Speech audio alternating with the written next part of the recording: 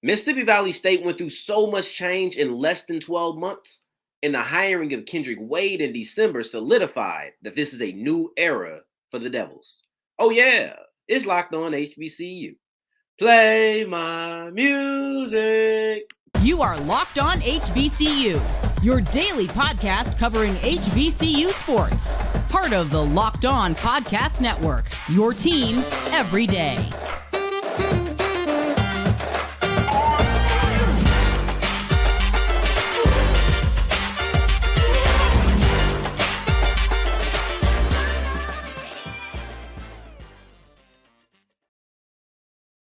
What's going on, family? Welcome back to another episode of the Locked On HBCU podcast, your number one daily one-stop shop for everything HBCU athletics, Monday through Friday, part of the Locked On Podcast Network, your team every day. And I, of course, am Darian Gray, aka the Mouth of the South, Texas Southern alum and former TSU Herald Sports editor and current contributing writer at USA Today's Saints Wire. And I appreciate you going on this journey with me, making Locked On HBCU your first listen of the day every day. But remember, just because the mic cuts off, and unfortunately for you, unfortunately for me, the mic will cut off.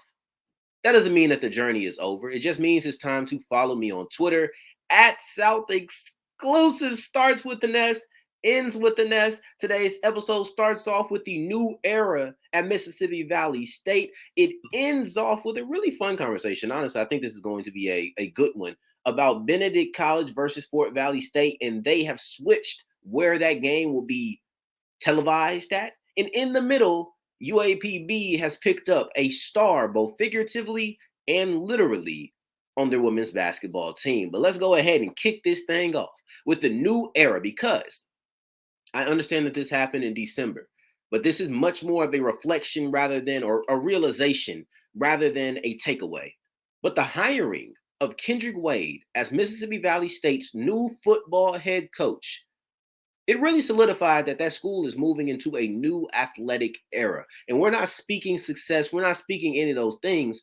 There has just been so much change from a leadership standpoint on so many fronts that this feels like a complete start over. This feels like an overhaul. And it's really highlighted by Kendrick Wade, because I was talking to Mason Smith, friend of the show, Sports Illustrated writer, right? And we were just discussing kind of things we're looking at. This was shortly after Swag Media Day, but we're talking about it now. And we were talking about just how much things are changing. And Kendrick Wade was one of the conversations. And we brought up a new athletic director. It was like, oh, they have these new coaching. They have this new coach. And it's like, wow, there's so much overhaul that this is really as if it's a new era. Once again, this is a realization, not a takeaway. I understand that this happened, we're in August now. So this is about 8 months ago that Kendrick Wade was hired. So it's kind of late to give a takeaway. But I can give a realization, and that's just looking at the fact that he solidifies. That's the key word. He didn't create a new era. This isn't the Kendrick Wade era. That will be specific to his sport. But when I say that Mississippi Valley State is moving into a new era, I mean athletics in general, because there's been that much change. Now, football is the biggest sport in pretty much the majority of colleges. And I'm really curious, in the few colleges in which basketball is the biggest sport, I wonder which one generates the most revenue. If you're looking at a school like Duke is a legendary basketball school. But I wonder if you compare the revenue that they generate versus the revenue that their football team generates. I wonder which one is more. I don't know. But I feel like there has to be some school out there that has basketball make more than football. But we down here in the South. And down here in the South, we play football. I don't care if that's Texas. I don't care if that's Louisiana. I don't care if that's Mississippi. Down here in the South, we play football. You understand how good that the University of Texas would have to be on a repeated basis? They would have to be legendary for them to even come close to being able to be called a basketball school. Because down here in the South, what do? We play football, right? And Mississippi Valley State is no different. Mississippi Valley State is absolutely no different. So when you have a head coach who's been there for a while, I don't care how many changes are around him, if the head football coach is the same guy, it's hard for you to say that this is a new era because football is going to define this school athletically. I wonder, like, I look at Texas Southern. We've been great basketball wise. But I still think that people define us by our football team that has not been that great. So with that example, with the Duke example, with the down south just culture example, if you're still looking at Coach Dancy, this is not a new era. But with Coach Wade being hired in December, you're really looking at all of the change that has happened in the calendar year of 2022. And we'll go through them date for date at the end of the segment. But in addition to Kendrick Wade as the new football coach, you also have a new athletic director. He's going into his now second season. But we're just going over a 12-month span. I'm not just saying, because we're at the end of 2023 or the midway point of 2023. So to say that 2022 is the year of change is kind of like, you kind of late on that. But I'm just reflecting. I'm just realizing something, trying to put a couple of pieces together. And maybe I'm slow. Maybe I'm just a tad bit slow, but I'm okay. I'll accept that because you're going to get this takeaway, or excuse me, this realization, no matter what. You have a new athletic director, right? So you have Hakeem McClellan.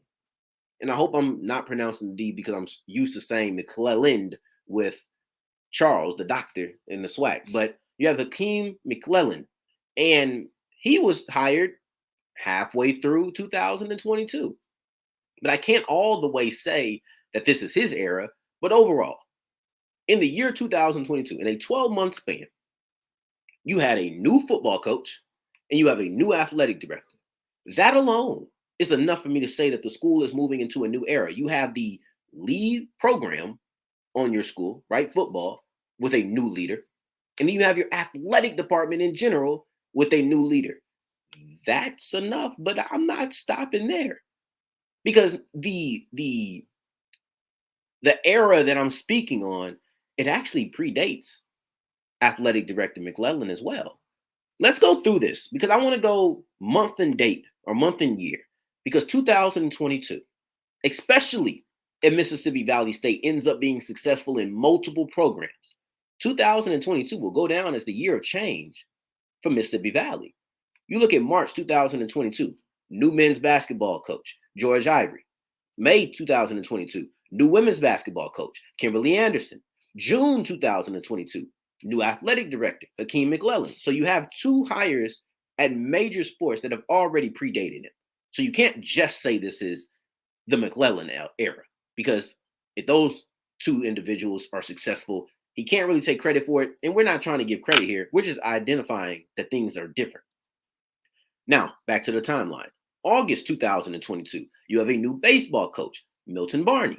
December 2022, you have a new football coach, Kendrick Wade. And then we'll throw this in just for good measure because we're talking in a 12-month span. 2022 might be considered the year of change, but this 12-month span that we started off referencing, that's not over. It started in March, and we go all the way to January of 2023. We have a new soccer coach in Kaylee Lambretz. Your two premier sports, men's basketball and football, have new leaders, and you have a new athletic director. And the premier women's sport has a new coach. This is a new era. It's like a complete overhaul. This is like the type of show that you would see on HGTV. This is not something that is normal, right? So overall, take the projected success out of it and just look at it for what it truly is. In the matter of less than 12 months, from March 2022 to January of 2023, you replaced 5 coaches, 3 in premier sports, and you have a new athletic director. If that's not a new era, I don't know what is. I don't. But moving forward, this isn't so much about a new era, but I do think that this player, Starr Jacobs, has the ability to take women's basketball at University of Arkansas Pine Bluff to a new level. And we'll see what kind of player that she's getting that they are getting as we continue with Locked On HBCU. Today's episode is brought to you by Neutrophone. And listen, I understand that thinning hair, especially in the community, your hairline is precious. That's something that we all care about. Those who have it and those who don't, we care about it.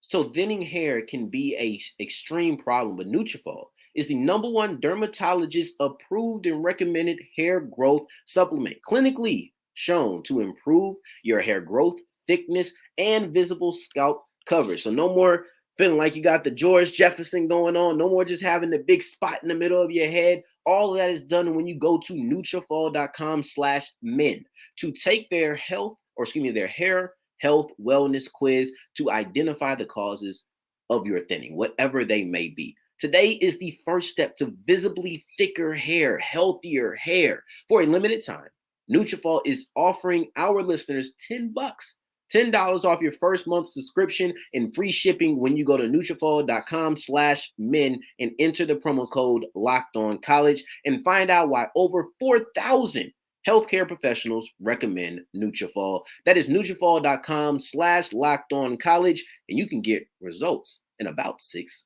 months.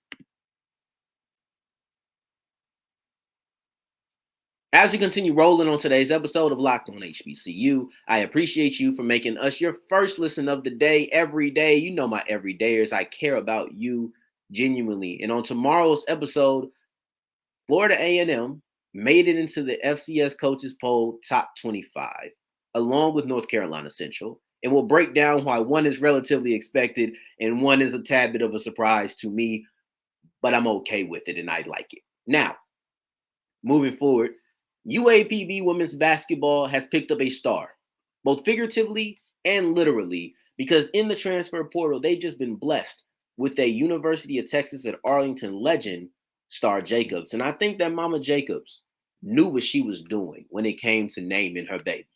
Because when you look at the 2 years that she was at UTA, when you look at the 2 years she was able to play, she lived up to that name. She embodied the idea of being a star. She was a star and a legend. And I don't use this for witty wordplay. I don't use this for hyperbole. I don't use this to make a fan base excited. I use this to accurately describe what Miss Jacobs was able to do for the Lady Mavericks down here in North Texas. Now, let's get into just defining those terms and what, or not even defining them, but more so breaking down why she is deserving of those labels. So let's look at Starr. Last season, she was the WAC, the WAC Western Athletic Conference Player of the Year. The year before that, she was the Sun Belt Conference Player of the Year.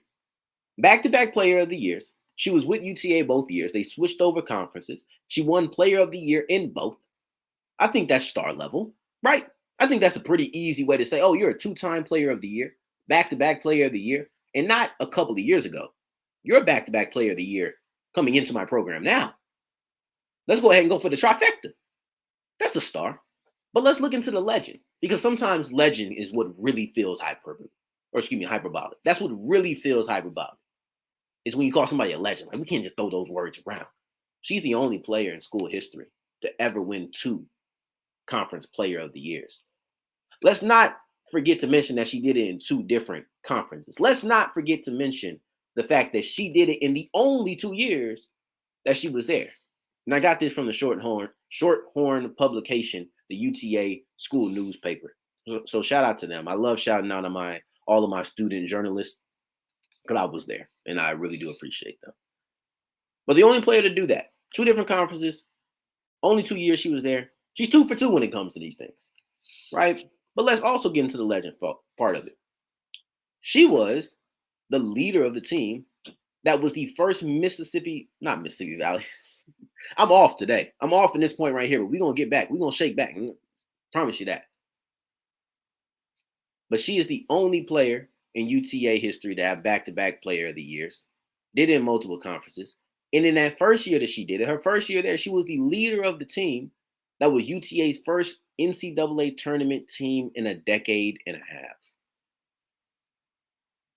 In her first year there, she set the school record for averaging 21 points per game, the highest scoring average over a season in school history. She is etched into the record books. Now, I think that's a very easy way to define legend. So we've broken down why she is deserving of 2 terms that are often used way too lightly, but not in her case. These are accurate. But let's break down exactly what she was able to do. Because we know she scored 21 points per game. We know that she's a conference player of the year. Last year, she scored 20.4. So her first year, 21, second year, 20.4. With that second number of 20.4, she would by far be the leading scorer on UAPB's team. She would by far be the leading scorer in the conference and would likely be in line to once again be a player of the year and complete it and go 3 for 3. Now, many people thought she was going to stay at UTA because she did say she was. But hey, UAPB came a calling and she came a answering. But her point total from last year and the points that she scored aside, because you would assume she's going to come in and be a scorer. She's going to be a lethal threat offensively. I want to push that to the side because in reading this article about her, she was credited with elevating her game in every single way except for points. 0.6 down, right? So she averaged 0.6 less points, but she was still above 20. So that's highlighted, and we're going to get to why that might not even be a fair critique, honestly, if you wanted to try to critique that.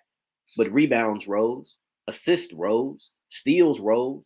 She ended up being an all-defensive player, and this was after UTA lost a bunch of transfer players, a bunch of seniors, whether that was graduation or transfer. So she was required to step up in different ways, and she elevated her game beyond just scoring.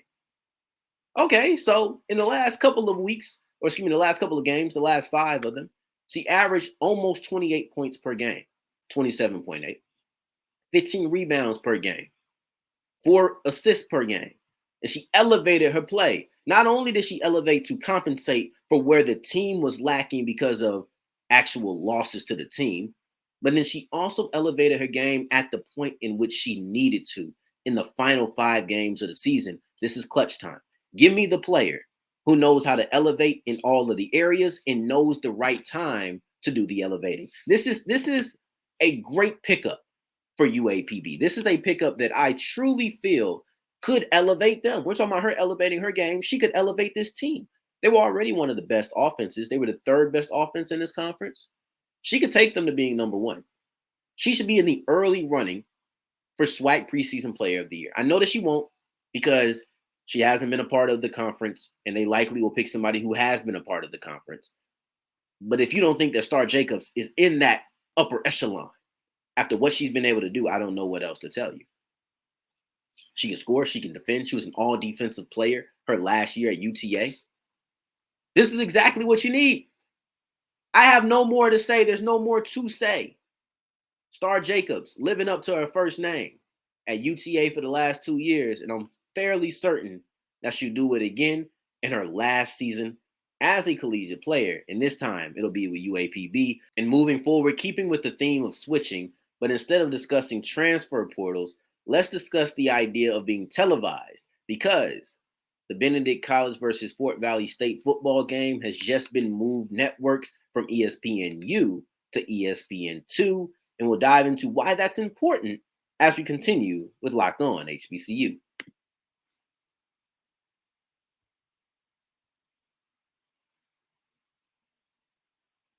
And as we're wrapping up today's episode of Locked On HBCU, I appreciate you for making us your first listen of the day every day, making it all the way to segment 3. And I thank you 2 times for that. Thank you.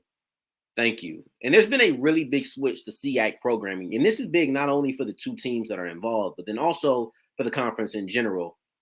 So Fort Valley State versus Benedict, the game that's going to play this fall, it was originally supposed to be on ESPNU.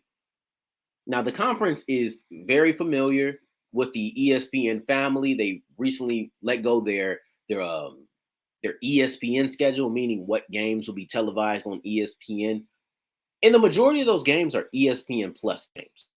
The majority of those games are not even matchups that are going to be on your regular television, your cable television, or anything of that sort. But there were 2 games that were supposed to be televised, and both of them were going to be on ESPNU. Now, one is going to be on ESPN2. Now, to me, this is another step up, just naturally. ESPNU is a step below ESPN2. That's the simplest thing here. So let's just take that takeaway. Okay, you're on a bigger network. Cool. But this is kind of an interesting duel to highlight, in my opinion. This is kind of an interesting matchup because you had two to select from. And I like the idea of Fort Valley State versus Benedict being a televised game on a bigger network. I do. But I just don't know if the conference would agree. See, Fort Valley State they have a phenomenal quarterback. So I would never count out a team with a phenomenal quarterback, and they will always be interesting to me. If you have good quarterback play, I can watch you. Period. I don't care who you are. If your quarterback play is good, I can watch. But they're projected to end fourth in the conference this year. Now, granted, the other game is still Fort Valley State.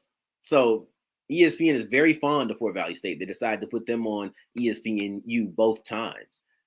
But it's Fort Valley State versus Tuskegee in the Red Tails Classic, and that's a rivalry game. Now, granted, maybe there was just not time. Maybe that just wasn't a fit that week. I don't know. I'm not trying to be picky or, trying to be greedy or anything of the sort.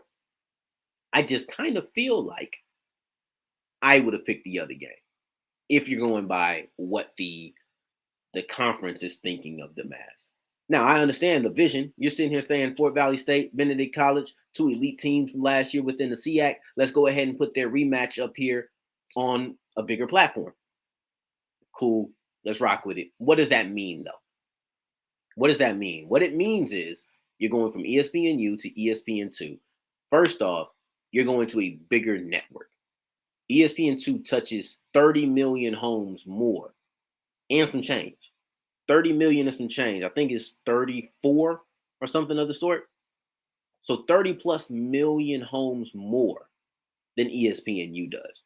So you're already having a bigger audience that you can pull in. So your ceiling is higher, right? Like, we don't know what the ratings are going to be or anything of that, but the ceiling is going to be higher on ESPN2 than it is on ESPNU. Now, the other side of that is you actually get to look at ratings by Nielson, because Nielson doesn't have ratings as far as ESPNU goes. They don't take those. They're not tracked. But ESPN2 is tracked. So now you get to be able to actually do a little bit more evaluation. ESPN might be able to do some evaluations. I don't know the business side of that and how they could take care of it and how that could impact things later on. But they're not really tracking you for ESPN. Plus, you're getting lost in the shuffle. Like most times, you're going to be lost in the shuffle. Be honest with you. There's no getting lost in the shuffle on ESPN2. People will flick over to ESPN2 on accident. First off, more people have it. More people just have the channel. But most people will also flick over and be like, oh, boom, I'm on ESPN2. What's this? Oh, okay, Kelvin Durham. Oh, wow, that guy's pretty stinking good. Yeah, I know he is. We know he is. We've been trying to tell you that he is. But I'm glad that you get to see it because you accidentally just stumbled across ESPN2 because you wanted to know what college game was here. That's the beautiful thing about sports, especially college sports, is that there's so many games going on. Forget pro sports. This rarely happens. You know the schedule.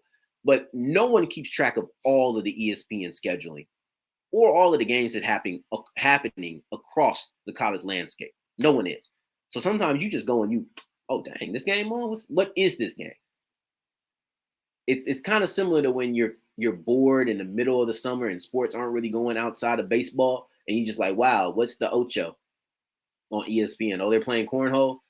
Oh, these guys are whatever they're doing. Like, I don't see these sports, and I'm just watching because it's something that's on. People will do that with collegiate athletics as well. And I think that you could get a couple of views from that from people who are just like, oh, what's this? And then they end up getting a little bit more captivated. So the ceiling is higher.